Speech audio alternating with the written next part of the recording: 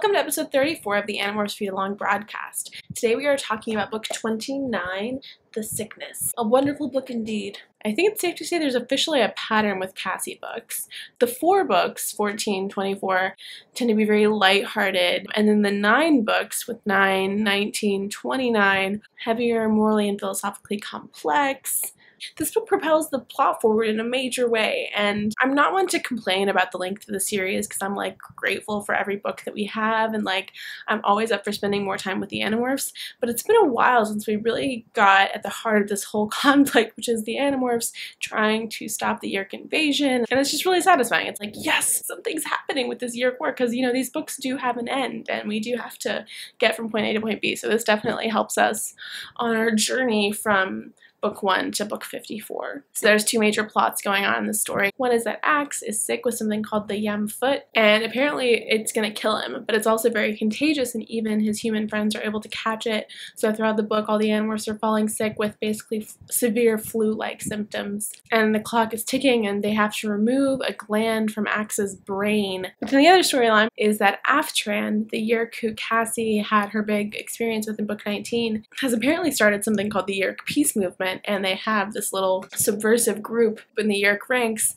and Aftran has been found out, and Visser 3 is coming to interrogate her, and Aftran knows everything about the Animorphs, so if Visser 3 gets anything from her, it's game over. So they have to rescue Aftran along with dealing with this Axe issue and, making sure that he doesn't die. This follow-up to book 19 is so satisfying because I think book 19 was so beautiful, but it did leave us wondering, okay, now what? Cassie is talking about Aftran, and she says, she had done what few have the strength to do.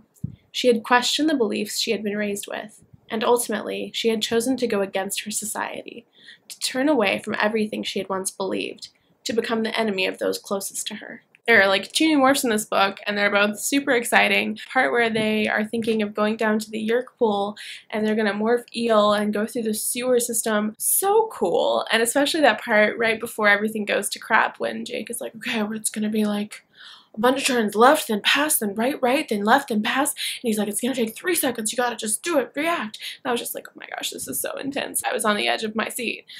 And then the other new morph, Cassie, morphs into a Yeerk.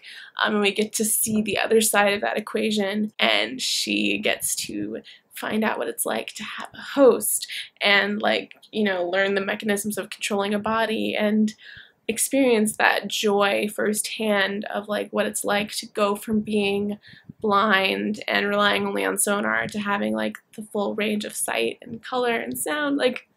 It's just a cool thing. This is such a triumphant book for Cassie. Cassie's a follower, and she hates being in charge, she hates making decisions, and she's really thrust into it in this book because everyone else is out of commission, and obviously she does a fantastic job because Cassie always underestimates herself. She's amazing.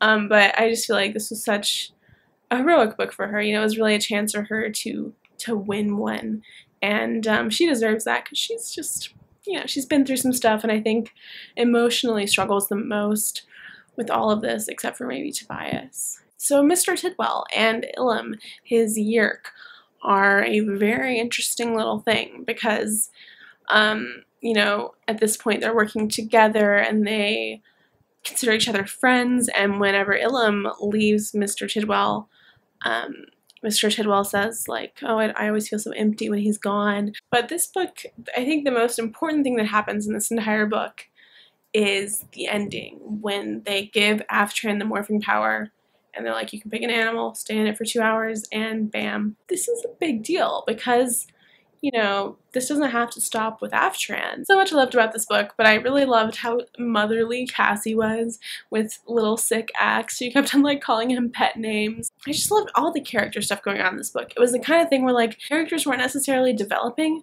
but there was just so much continuity and all these subtle intertwining things, and just to me, great character writing is all about the details. It's about being specific and intentional with everything that you do. That kind of detail-orientedness is in this book, and it shows. You can tell the difference between this and maybe 25 or 24. Not that I'm still bitter about those. So yeah, those are all my thoughts about Animorphs number 29, The Sickness. The next book is book number 30, The Reunion. If you want to keep up with this read along, subscribe to this channel or follow me on Twitter, and I will see you on Thursday.